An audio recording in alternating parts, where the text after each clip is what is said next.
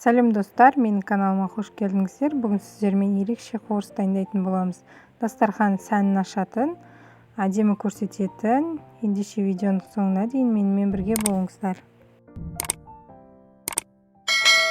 Қамырын дайындаймыз. Бізге 2 сарыуыз, жылтық, яғни 2 жұмыртқа қажет болады. Енді осының үстіне шекерімізді салып, бір араластырып жібереміз де щепотка соль саламыз, шым-шым тұзды.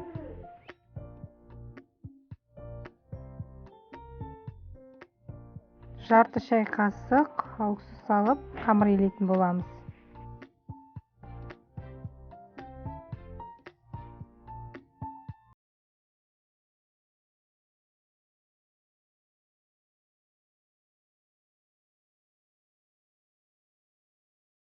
Қостым.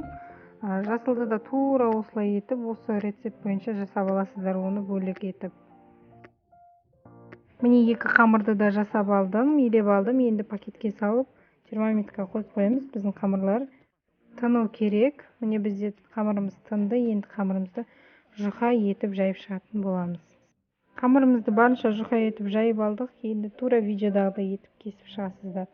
Біздің ұзындығымыз, қуырыстың ұзындығы 35 см болу керек, ал ені 4 см.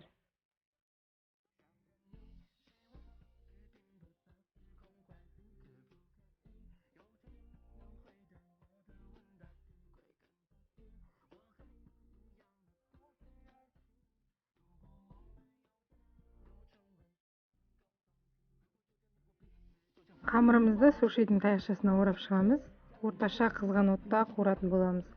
Екінші қолымызға осындай ағаш таяқ ұстап алып, жайылып кетпеуін қадағалаймыз.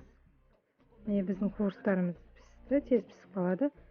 Піскен кезде осылай қысып, жаңа видеода көрсетіп тұрмын, солай жасаңыздар. Келесінде тура солай пісіріп аламыз. Қатты барынша айналдырыңыздар, тоқтап қалмаңыздар.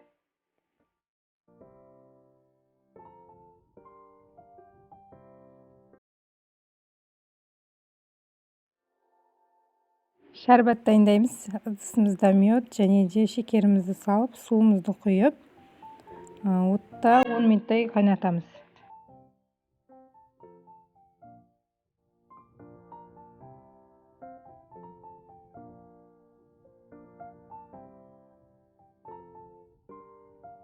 Қуырыстарымызды бірінші шәрбатқа, сосын барып макқа батырып, бәрін осылай жасап шығатын боламыз.